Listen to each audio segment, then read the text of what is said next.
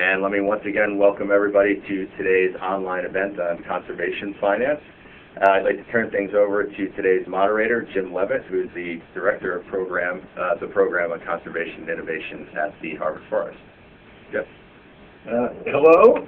It's a beautiful, almost spring day in Cambridge, Massachusetts, and I'm here in the common building of the Harvard Kennedy School with David Lewis, who is, so to speak, in the studio. And we will be joined today by Jude Wu and Chris Larson from Yale University and Blair Braverman from Colby College in Maine.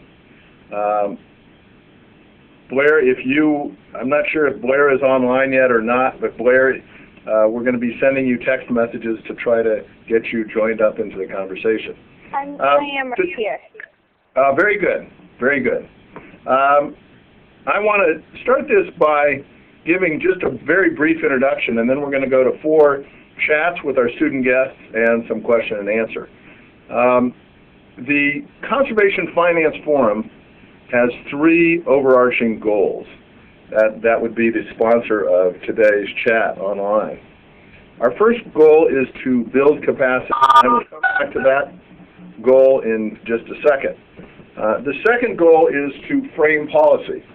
And as we learned at the Conservation Capital in the Americas conference that we recently concluded in Valdivia, Chile, the community of practice and community of interest that's interested in conservation finance has a very powerful ability to frame policy questions in the right place at the right time.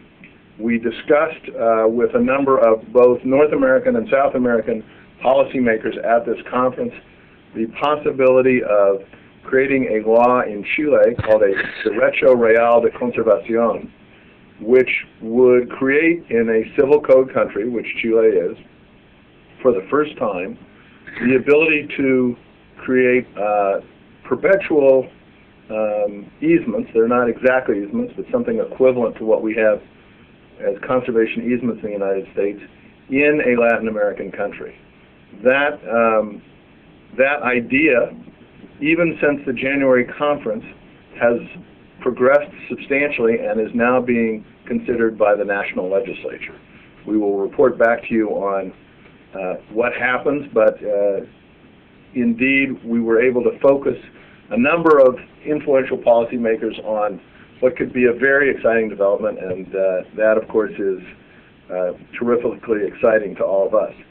The third aim of the Conservation Finance Forum is to disseminate innovation, that is, to gather some of the most important innovations in conservation finance now across the Western Hemisphere, and then to distribute those to people in the public, private, nonprofit, and academic sectors for whom it's relevant. And in fact, from the Chile conference that we just concluded, a book will be published. We are aiming for the fall of 2009. We now know that the book will be co-published by the Harvard Kennedy School's Ash Institute for Democratic Governance and Innovation, by the Lincoln Institute of Land Policy, and by Island Press. So keep tuned for that, but I think we're making terrific headway in being able to make at least 12 very well-written case studies available to a broad audience. And we already know from universities, both in North and South America, that these are going to be used as teaching tools in the fall of 2009, should they be available.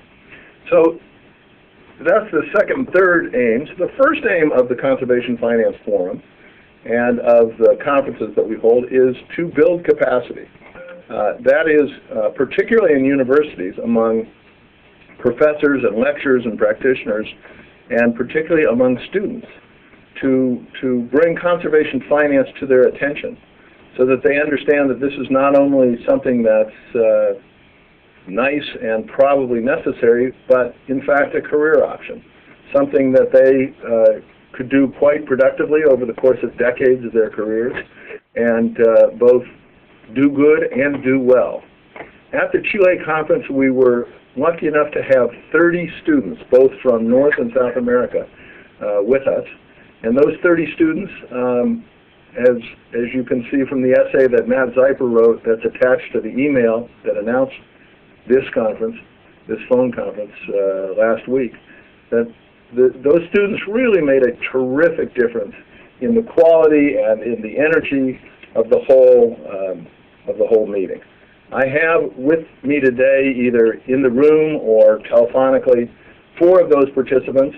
We were unable, because of complications with telecommunications, to make it easy to have South American students join us for this session, but let me assure you that they are very much engaged in this and very excited about the future of conservation finance across Latin America.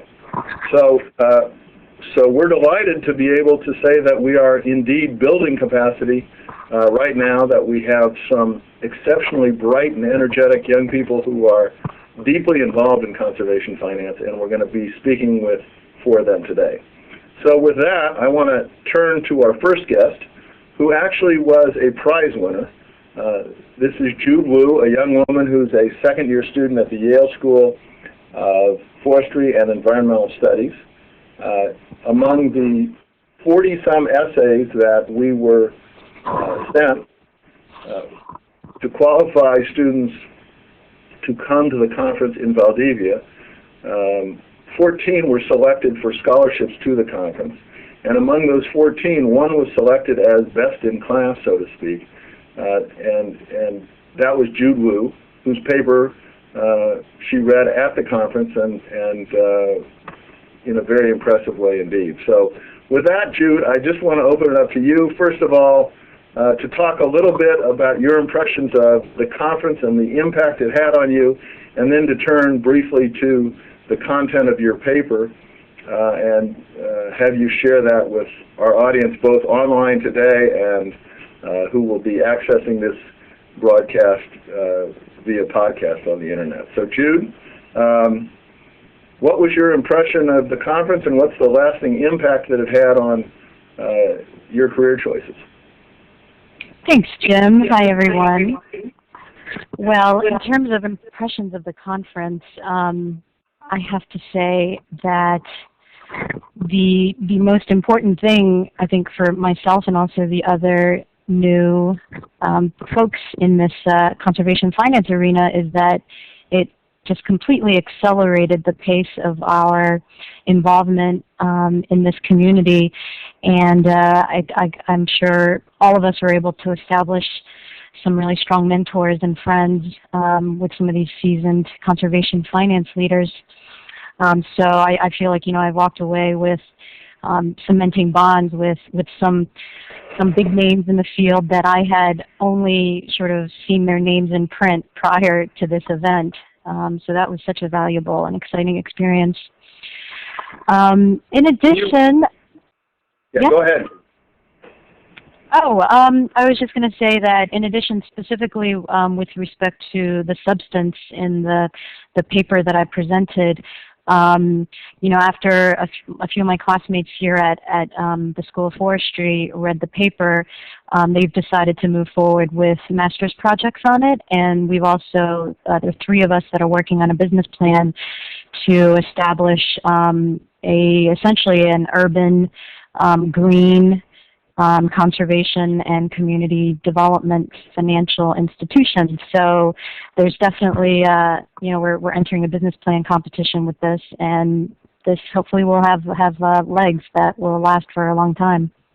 Excellent, excellent. Let me ask you to turn, you have a couple of slides on the substance of what you presented in Valdivia. Let me give you a couple of minutes to talk about that. Okay, great, thanks. So I have a more detailed presentation and paper which I can send to anyone who sends me an email. But what I wanted to just, give a quick overview of sort of the challenge that we students had before us, primarily in terms of trying to figure out how to get land trusts more money. And then also where sort of my inquiry focused on is how to increase capacity building in a financial sense for the land trust community.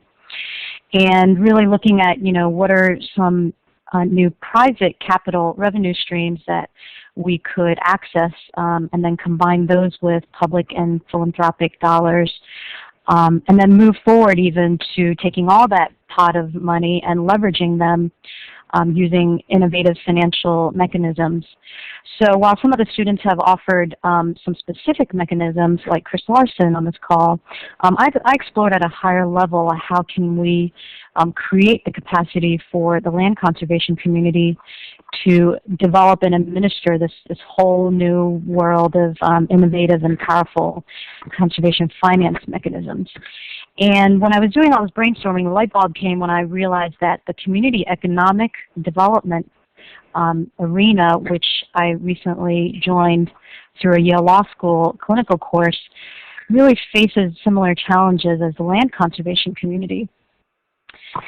So, when you sort of look at the two arenas of land conservation and community economic development, we can find a very easy parallel here in the sense that in both arenas, we're trying to serve the interests and protect what I call societal assets, whether it be protecting land and ecosystem services or serving and uplifting low to mid-income communities. And your typical investor really is just, going to choose much more higher return on investment projects than land conservation or low to middle income communities. So then, when I kind of saw this little parallel here, where I started to get really interested was on the big difference between the conservation and community development worlds. So while conservationists are continuing to rely on these dwindling and often unreliable government and philanthropic funds, community development practitioners now manage over $10 billion in mostly private capital, in addition to public funds, of course. And they've also developed a sophisticated model of financial institutions dedicated to community economic development. And these institutions have in turn created sophisticated financial products that have leveraged this $10 billion to $1 trillion. So that got me thinking, how can we find, $10 billion in private capital for the land conservation community and leverage it to something like $1 trillion? And this is where I wanted to explore the community economic development model. And in a nutshell, here I just wanted to highlight the two key aspects worth our exploration. So first, the Community Reinvestment Act, and then second, community development financial institutions. So first on this slide, just a quick introduction to the Community Reinvestment Act, and really highlighting the fact that the CRA, is based on this sort of quid pro quo rationale that federally chartered banks, because of some of the benefits they get from being chartered federally or on a state level, these banks are expected to provide financial services to all parts of the community, both the wealthy and the poor. And the CRA uses this sort of carrot and stick approach where banks are encouraged to serve these low-income communities because when they decide to apply for things like new bank branches or mergers and acquisitions, federal or state banking agencies are then required to consider the bank's CRA-related activities. And so there on the diagram I have on the left is sort of pointing out that the CRA sort of forces these banks to, cycle, dollars from the community at large, back to low to mid-income subsets that previously had been underserved. Then the second part of that I wanted to highlight was that in order to get CRA credit in the eyes of banking agencies, banks can provide money or financial services directly to these low to mid-income individuals or nonprofits, Or what's interesting is that it can also provide them to community development financial institutions, so CDFIs for short. And these CDFIs then put this private capital to work or services, and then leveraging oftentimes using sophisticated financial products, a dollar to many more dollars. That's where we get that, $10 billion to $1 trillion leveraging going on. And I'm not going to go into too much detail here, but as you see from the 6 key types of CDFIs I show on the slide, a lot of these are institutions that we may have all heard of without realizing that they're officially these types of dedicated financial institutions that are dedicated to serving a specific target population and required to maintain accountability to the residents in this targeted population. Jude, this is Jim. You've got about 3 more minutes. I just want to keep space so that everybody has a chance to talk. Sure, great. So really, essentially, my paper offers 2 sort of suggestions. One is that the conservation finance community begin to think about establishing financial intermediaries that play this sort of dedicated role to pool capital, both private, public, and philanthropic in the land conservation world, and then repackage those into financial instruments like the ones that a lot of these other students have proposed. And secondly, which is probably a more complex proposition, but even more powerful, is that I propose the land conservation community mobilize to affect legislation similar to the the CRA, where we would expect, for instance, real estate developers to channel resources to land trusts and to these conservation financial intermediaries. So I won't go into this too much detail, but really just sort of piggybacking on the CDFI model, where we have conservation finance intermediaries that can pull the capital from various developers and then channel them to land trusts. So in closing, just wanted to, of course, acknowledge that there are already building blocks in place to accelerate the creation of these conservation finance intermediaries, as I proposed.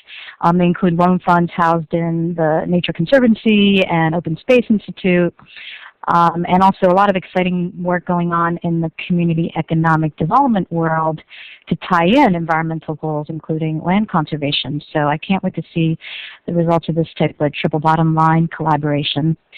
And that's it for me. I just wanted to thank Jim and the other giants in this conservation finance world for giving us bright-eyed and bushy-tailed students a forum for networking and sharing our ideas with you all. Well, we're honored to have you in the group.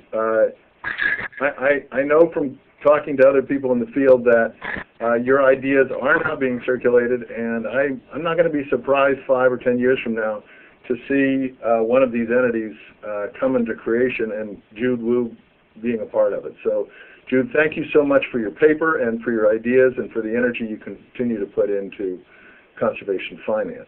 I'm going to turn now to David Lewis, who is sitting across the table from me. David is a second-year graduate student at the Harvard Graduate School of Design.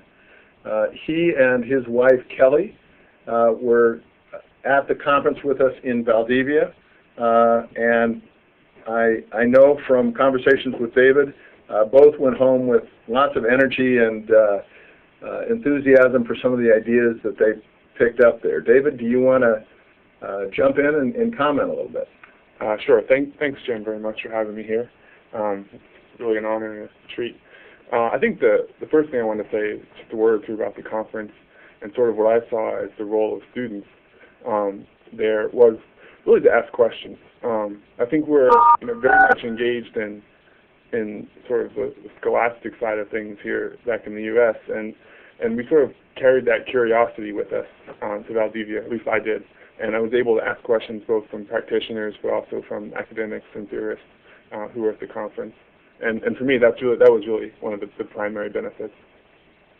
But if I may, talk a few minutes just about how the conference has really directly impacted the way I'm thinking about conservation in my schoolwork.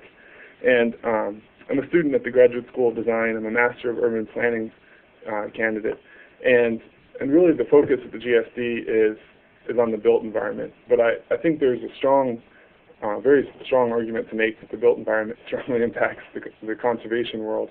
And both through the development of raw land and habitat, but also through the use of resources such as energy and building materials. And that's really where my professional focus is. And it was kind of amazing. I came back from Chile in January and went right to school the next week.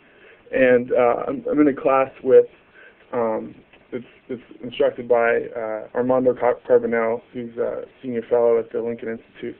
And the class is a bit different than most graduate school classes. It's called a studio, and we're presented with a real-world problem. We have a real-world client, and our client happens to be the Dutch Ministry of Transport and Water Management. And our problem is, how are the Dutch going to adapt existing urban areas to climate change? And the area that we're looking at is a suburb just east of Amsterdam. The suburb is called Almere. It's a town of about 200,000 people. And I'm in a team with four other students. There's 5 of us total. And we have myself as an urban planner, but also landscape architects, an architect, and a law school student. And so we have this sort of mandate to come up with designs for how Almere is going to adapt to climate change. But we also have a mandate to come up with some new policies. And the Dutch are very progressive on many environmental issues. And one of the areas that they're interested in is not only preserving wetlands, but also creating new ones, and creating new ones that will last in perpetuity. And so the first sort of policy intervention that we've proposed in the context of this course is developing a wetlands mitigation banking framework for the Netherlands. Myself and Nick Morantz, who's at the law school here at Harvard, are proposing both a legal and financial framework for setting up a wetlands mitigation program in the Netherlands. And just, the wetlands mitigation has a pretty long history, well, at least a 15-year history in the U.S., but there's really no known precedent in the Netherlands. And so what they've sort of asked us to do is take the experience take the U.S. experience and translate it to the EU legal system, which is not really at all unlike what the folks in Chile were asking of us, to take some of the lessons we've learned here about conservation planning and conservation easements in the U.S. and translate them to Latin America. So there's a really nice parallel there. But I think the idea for it came directly out of some of the stuff that we talked about at the conference. And the second sort of to-do item for our studio that's conservation related is related to flood mitigation. And basically the premise is using flood mitigation trading permits or options to protect open space in the Netherlands. And the idea is simple, that instead of purchasing traditional flood insurance like we have in the U.S., the Dutch would purchase instead an option to flood another place of land in the Netherlands rather than have their property flooded.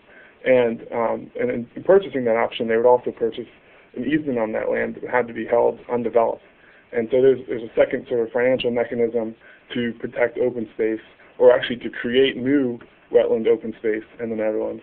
And we're going to Amsterdam next week. Our studio is going to Amsterdam next week to present some of these ideas to the Dutch, and I think they're very excited, to be engaged with us. And again, it's that sort of student-professional relationship where we can ask tough questions and propose sort of off-the-wall, bold ideas that ordinarily that people in practice might not be able to.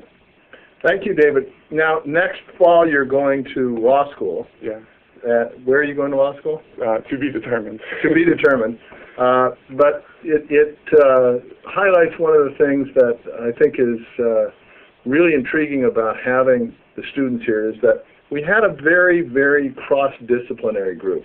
We had engineers, we had people at schools of design and planning like David, we had forestry and environmental students like Jude, and we had business school students like Chris Larson. And I think the mix of those disciplines combined with the willingness and courage to ask both simple and complicated questions was part of the reason that having the students be fully a quarter of the attendees at the conference worked so well.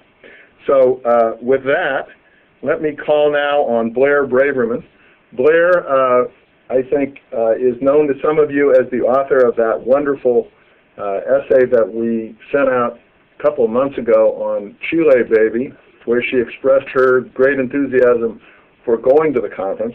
As you can see in her picture here, she is an accomplished dog sledder and wrote her essay about the Iditarod Trail, which was just a terrific piece of work, particularly coming from a college sophomore up in Maine. So Blair, can you speak a little bit about your experience at the conference and how you're going to apply that with your dogs and in other places? Blair, are you there? Blair, you're going to have to unmute. I know you were on the phone. Am I there? There you go. There you go. Oh, thank you, Jim. I'm sorry about that. That's all right. I was the youngest participant at the conference, as you said, and I do think that that gave me a different perspective than the presenters, and even many of the other students. And so for me, what I came back with was an appreciation for the challenges that we're facing today in the field of conservation. And more than that, I've really gotten an idea, and I've been blown away by the creativity by which people are meeting those challenges. So for me, being able to see the presentations, and even more than that, actually was the conversations I was able to have with other participants, it opened doors for me. It was incredible. And this was also significant because I feel like I know northern regions of the world pretty well. I've lived in Norway, I've lived in Alaska, but I had never been in the southern hemisphere before this. So this also taught me a lot about issues related to conservation around the world and in areas I hadn't been exposed to before. I do think it's common for undergraduates to have a pretty hazy idea of the real-world applications of their coursework, and I feel like what I came out of Valdivia with was a much deeper understanding of the field. And more than that, I also feel like it's something I can have an impact on.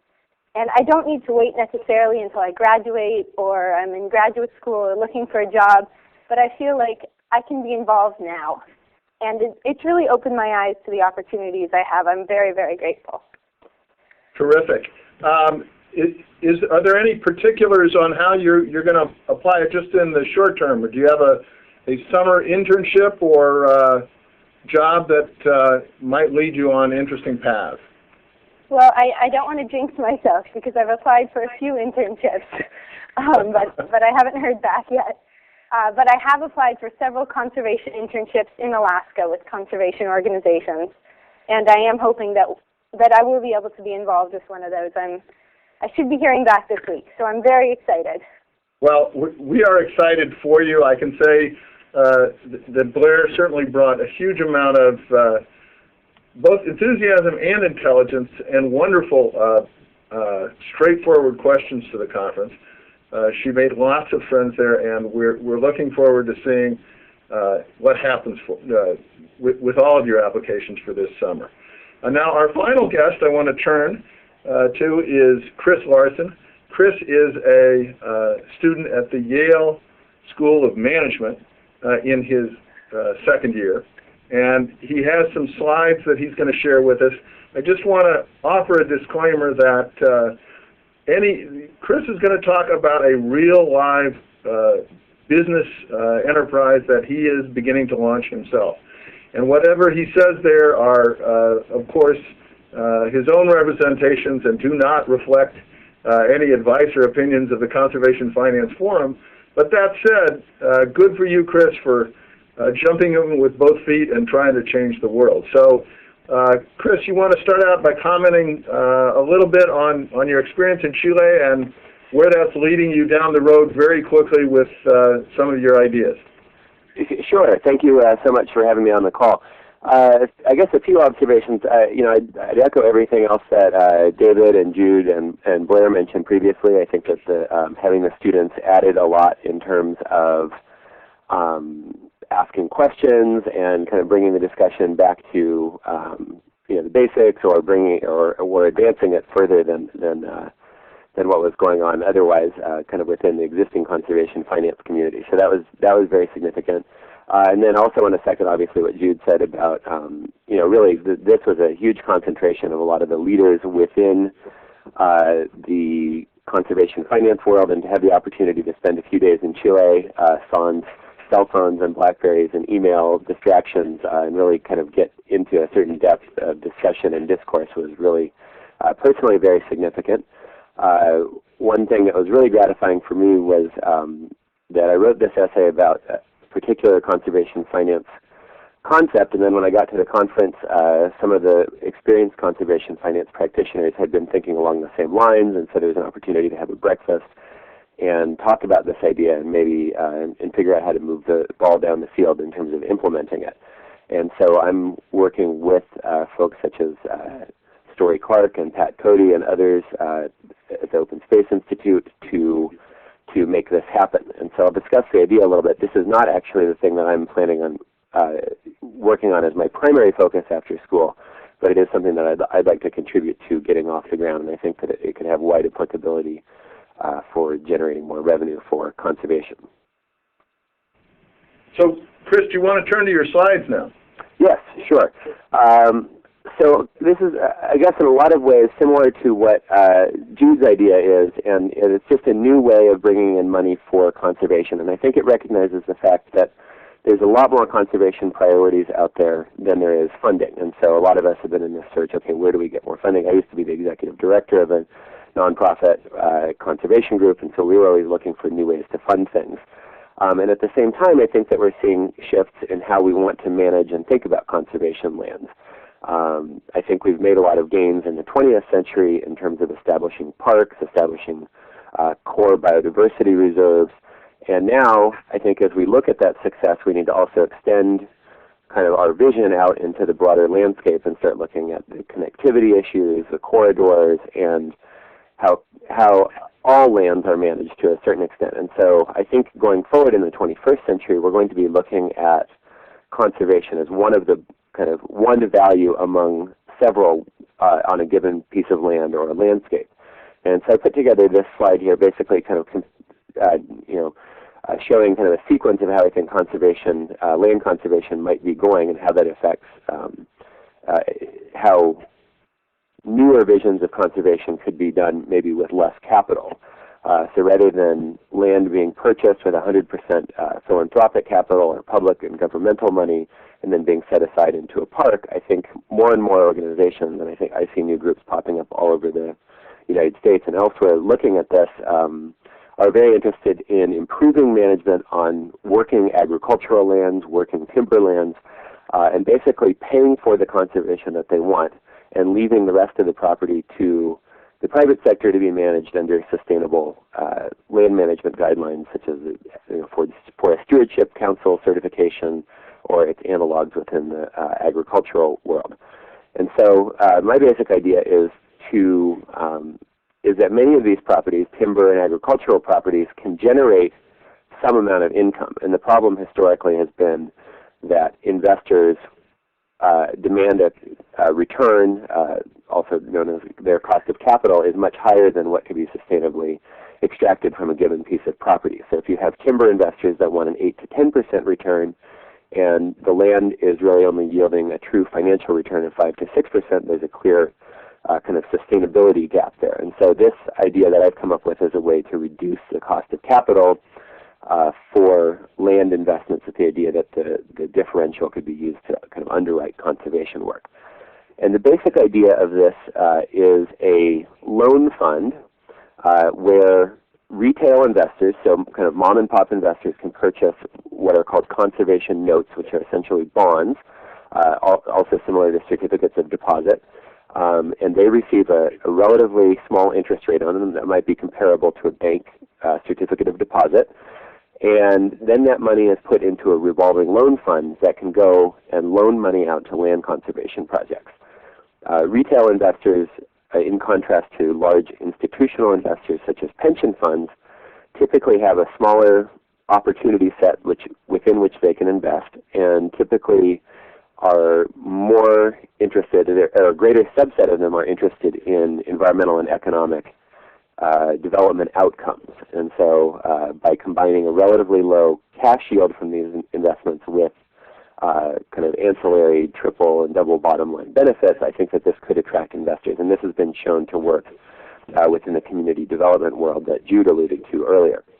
So basically, investors would invest through these CDs, and then the money would be re-lent out to land conservation projects. And again, in contrast to governmental and philanthropic grants, this money could be used in a lot more flexible ways. Loans could be for differing lengths of maturity. Loans could be for land acquisition.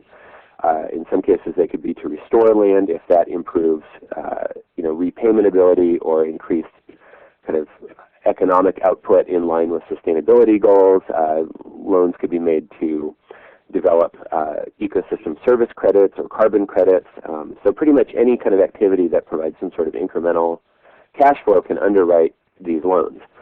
And the benefit here is that this is a completely separate source of funding than currently exists. Basically, right now we have philanthropic money, and then we have market rate investor money, and there's very little in between. And so this would be a way to allow retail investors to fill that space. And so we're currently working with the organization that established this model within the community development world, which is the Calvert Foundation, to see if they might be interested in expanding their model into the environmental world. And so while this presentation was kind of for a business plan concept, I think it'll be much better to just work directly with the Calvert Foundation, who's already developed the capacity for this concept, and try to entice them into land conservation. And I think once they see how many opportunities there are and the social benefits as well as the environmental benefits, I'm confident that they will join us in this effort. Great. Chris, thank you for that. I just want to underscore again the sophistication of the dialogue that's going on here. Some of what you're proposing, I want to underscore, is with people like Story Clark, who have been working in conservation finance for a number of years and really have already written books on the subject and so on. So I don't think anyone should have any doubt that our universities and colleges are full of talent that can contribute to the future of conservation finance.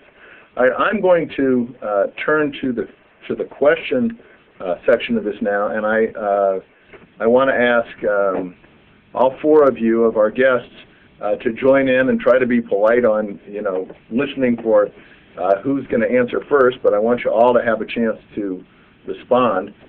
For the attendees who want to ask questions, the protocol, again, as we've done in previous calls, is to send a question in to the question. On my screen it's called a question manager, but just basically send a question into me, and I'll try to take as many questions as I can in the 15 minutes that remain. The first one I'm going to take is from Jake B. And I want to expand on his question a little bit, but the question is basically, what sort of criticism has the Community Reinvestment Act come under, in light or in dark, of recent events, as the case may be? That is, my expansion on that question. Someone on the phone is, we're hearing some background noise, so try to be careful about that. So my expansion of that question is, for the students in particular, given the infamy that the financial sector has come under in recent months in the United States, is it difficult for you to tell your peers in school, well, I'm working on some innovative financing concepts, or is there a difference between you who are working on conservation finance and others? So let me open it up to Jude, David, Chris, and Blair, and see if you have any responses to that. I guess I'll jump in first. Yeah. One of the I just want to intervene one more time. Somebody's either moving a chair around or eating popcorn or something, and we're getting feedback on the telephone. This is Jim Coney. A good way to eliminate this problem is if everybody, including presenters, if you would just mute your phones, even if you don't know that you're causing the sound, you may be, so just mute your phone so that we, unless you're the one talking, so we don't get the background noise. Thanks. Okay. Go ahead, David. Yeah, I'll just jump in here and to answer your second question first about have we received criticism at school for some of the things we're proposing. Because the project that I'm working on in the Netherlands involves sort of derivative securities, and those have fallen out of favor a little bit. There has been some skepticism about the validity of using those. But I think more broadly the question about the Community Reinvestment Act. One of the major concerns about Fannie and Freddie when they went under a couple months ago was that they held a lot of affordable housing or fixed income housing assets in their portfolio, and that some, including the editorial page of the Wall Street Journal, blamed those assets for contributing to Fannie and Freddie's problems, and that's a really contentious issue, and I think it's resolved through the fact that the size of those assets are, in terms of the total portfolio, is pretty small. But I think there's some valid concern there. Jude, do you want to add to that, since your presentation was specifically about entities that are connected to the Community Reinvestment Act? Yeah, sure. So they, throughout the course of the Community Reinvestment Act's history, there have always been opponents to it, and certainly there are plenty of articles online now where the opponents are sort of harping on how CRA may have contributed to the current financial crisis, and I think that there are a lot of steps in this analysis that we'd want to go through before making this either causational or correlational comparison. And I think what Jim, you're asking about, sort of does this whole concept of stimulating financial innovation merit sort of broad criticism in light of the current financial crisis? My sort of general opinion on that is that if we are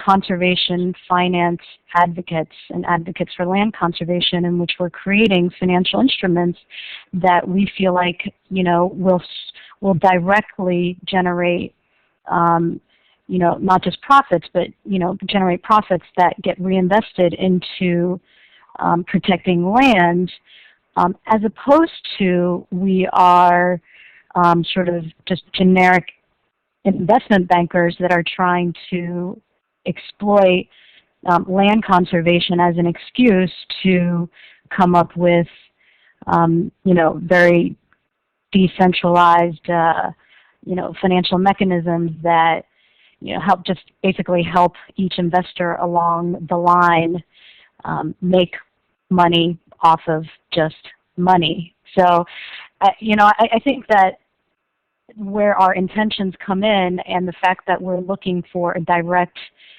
benefit to come out of these instruments, as opposed to just creating things like mortgage-backed securities or collateralized debt obligations and whatnot, where many other people down the chain are sort of just not so much tied into the ultimate goal of the instrument and are just working off the interest that's created on those. I think that's where I would say that I have faith that financial innovators either in the community economic development world or in the conservation finance world should have sort of a good faith in terms of this type of effort. Jude, I want to add an opinion to that, which is former Secretary Paulson had a very interesting editorial this morning in the Financial Times, where he mentioned the need for policymakers in the United States to focus intently right now on thinking through the whole regulatory structure for financing in the United States, not just for banks, but for all kinds of organizations that are involved in financing. And I think that the reflection for that on conservation finance is that as some of these markets come into being, Chris, you were talking about mitigation markets before, or David, I'm sorry, you were talking about mitigation markets before. It's very important that we understand how to measure and quantify and audit the benefits that we represent, we are delivering to the public. And that's part of the, I think, regulatory exercise that is before us. Which leads us to two questions that we have, one from Rio de la Vista in Colorado and one from Eric King. I'm going to read them both. The first one from Rio de la Vista is, can you please provide a bit more information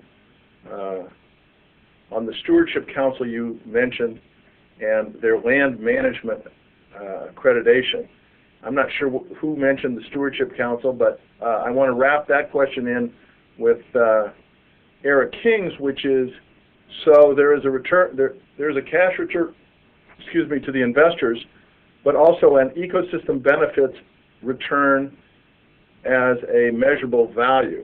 So I want to wrap those two questions up to say, in the schemes that you're talking about, and relate this back to the regulatory question, in the schemes that you're talking about, are there clear ways to measure ecosystem benefits and tangible goods and services that we're getting from these investments that haven't conventionally been measured before? And let me start with Chris, since Chris, you haven't answered yet. Do you have an opinion on that? Sure. Real quick, first, on the Stewardship Council, I was referring to the Forest Stewardship Council, which is an international accreditation body that reviews forest management for social and community sustainability goals. And I'm sure if you just Google that, you can find out more information about them. That was kind of a generic comment, and there's a lot of organizations similar to that. Obviously, analogs within agriculture would be, organic certification or IPM, integrated pest management, or things like that.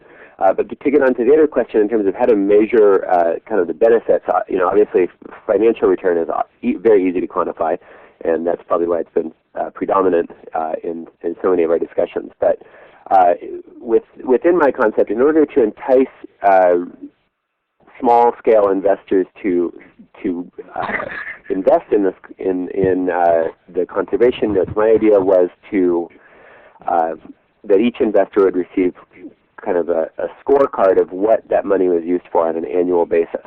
So they would have an understanding, and it wouldn't necessarily be so much focused on trying to, it would be more output generated, I guess, than outcome. And so the distinction would be that it really, I think it's very difficult to say, okay, we made this investment and it improved water quality 5 miles downstream or something like that. I think it is easy to say, we made this and we protected, 350 acres of the headwaters of this salmon-bearing creek, and the data, the kind of scientific literature suggests that will be a positive step towards improving habitat in that watershed or something like that.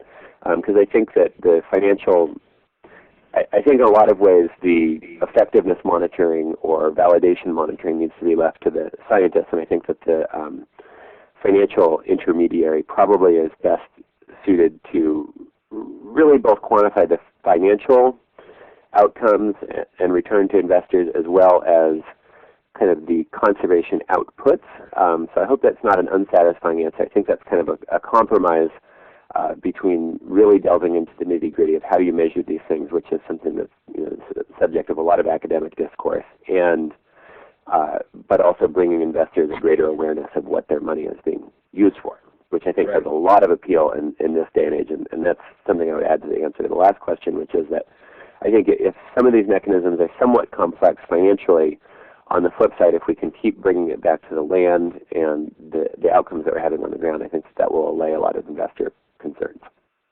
All right, I want to take this chance to focus on some scenic beauty in a presentation that Blair has prepared for us, that in my efforts to make sure that everyone got heard, I skipped over. So Blair, I'm gonna click back to you and ask you in the last couple of minutes of this hour to run us through your slides, and then I've got a quick question for you. Are you there, Blair? Blair, if you could unmute your phone. No? Okay, I will, we will try to come back. Blair, when you get back online, please click in. All right, I will go back to the next question that's in the queue, which is a question from, let's see, from Mark Baylor, which is there any way to get a listing of who is attending the web conference? I have to say there is not. We haven't tried to get authorization to people who are signing on this to identify them, but I can give you a link to all of the papers that the students have prepared and the materials that we've used both at the conference in Valdivia and otherwise on the Conservation Finance Forum. The link to the conference itself and the student papers that were submitted for the conference are at www.conservationcapitalintheamericas.org. That's one word, so www.conservationcapitalintheamericas.org. And to the larger Conservation Finance Forum, it's www.conservationfinanceforum.org. Now I'm wondering, Blair, are you back online with us? I still can't get audio from Blair, so I'm going to promise that we will post the slides from all of the guests on the show today up on the website of the Conservation Finance Forum and with this interview. And I want to thank you all for joining us. I just want to underscore one more time that the future of conservation finance is in the interaction between the practitioners in the field, the policymakers, and the students both in North and South America who were able to be in Valdivia and who will be at future conferences like the one we had in Valdivia. So thank you to all those students for your energy, and we will be back in touch with you in the next quarter for another internet broadcast from the Conservation Finance Forum.